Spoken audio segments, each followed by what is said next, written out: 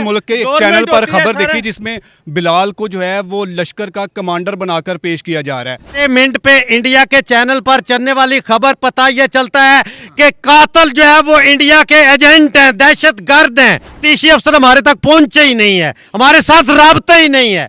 हम रो रहे हैं, सड़कों पे रोल रहे हैं। सीसीटीवी कैमरे को देखें, ईद उल अजहा पे बकरे को इस तरह ज़बह नहीं किया जाता जिस तरह हमारे ब्रदर को ज़बह किया गया है। अब पब्लिक प्लेस पे नमाज ईद के बाद छुरों के साथ फायर करके इस तरह ज़बह किया गया है। जुल्म की हद है। कानून नाफिज करने वाले इदारे कहाँ हैं?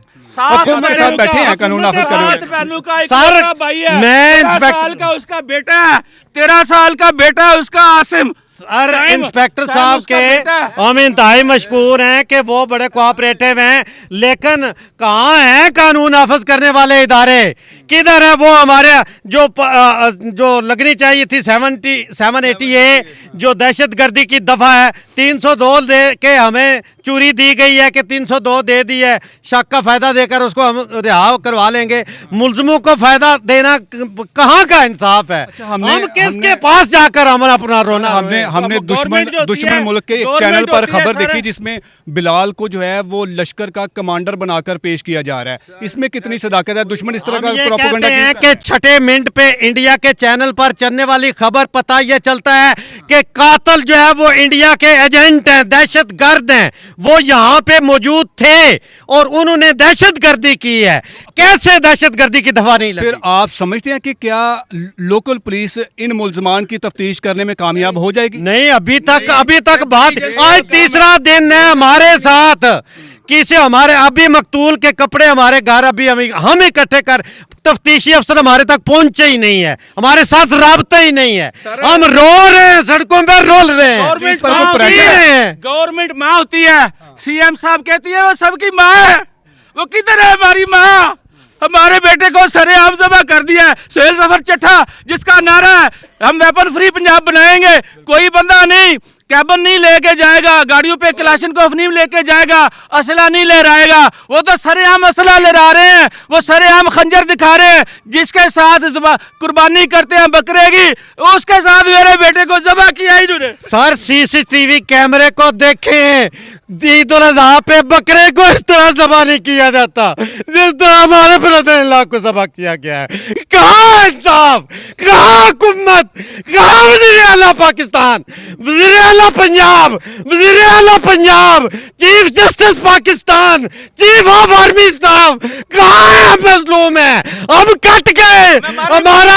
हमारे सीने पे जब हमारे बच्चे को ज़िबा किया गया है, हमें भी ज़िबा कर दिया, हमें ज़बह कर दिया जाए। हम ये चाहते हैं कि हम मर जाएं।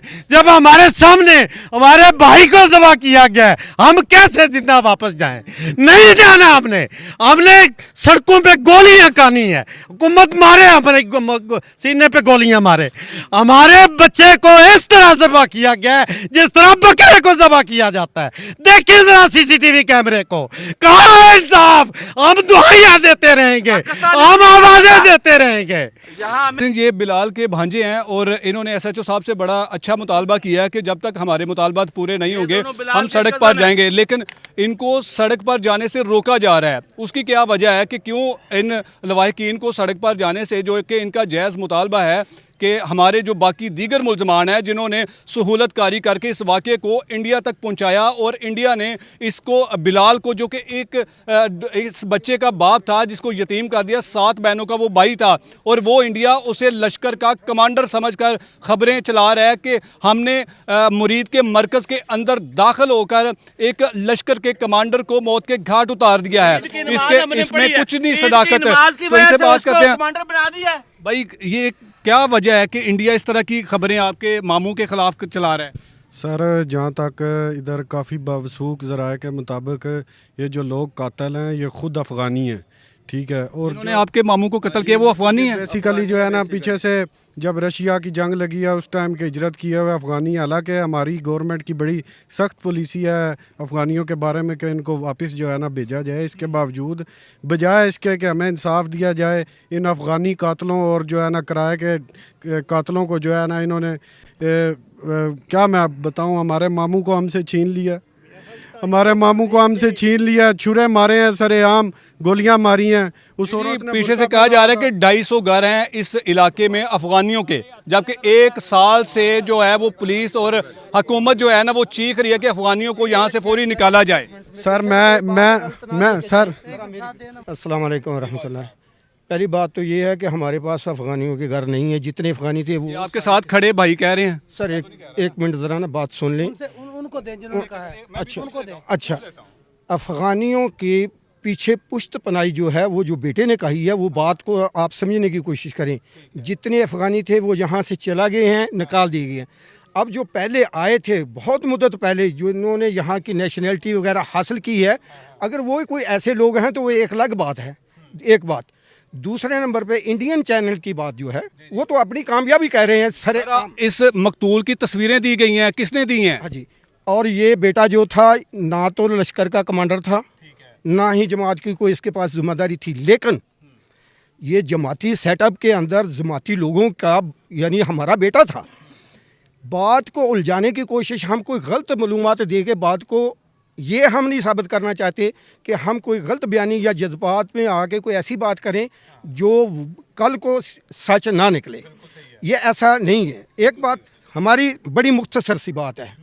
मुख्तसर ये है कि अब जो SHO साहब हैं उन्होंने जो वादा किया है ये ऑन कैमरा हो गया है। एक तो बात ये है, कल 12 बजे का ये टाइम है DPO साहब के पास जाने का।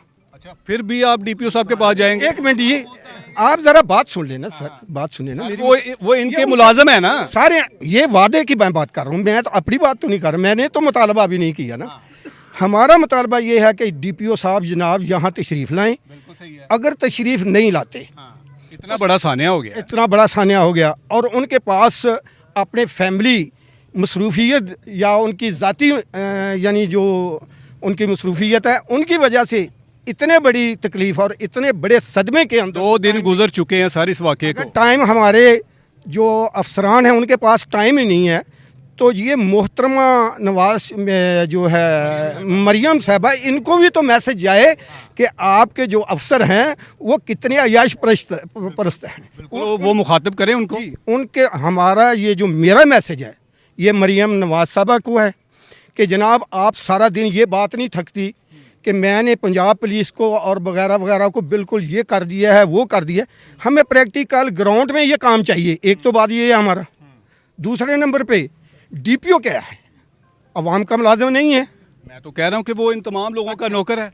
इसके अलावा जितने भी हैं विद चीफ मिनिस्टर ये अवाम के नुमाइंदे भी हैं और अवाम के नौकर भी हैं, लेकिन अल्फाजों में नौकर हैं।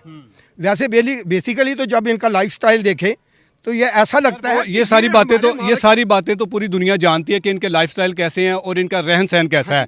लेकिन सवाल ये है कि आपके मरकज़ के अंदर एक नौजवान का कत्ल होना, आप लोगों की सिक्योरिटी पर बेशुमार सवालात खड़े होते हैं। पुलिस भी आपके पास खड़ी है, मैंने आपके सामने उनसे बड़े सख्त सवाल किए हैं। तो आपकी सिक्योरिटी क्या करती है? मैं अगर आपके मरकज़ में जाऊं तो मुझे 20 लोगों के फ़ोन करवाने के बाद अंदर दाखिल होने दिया जाएगा, तो वो कातिल असला समेत कैसे दाखिल होंगे?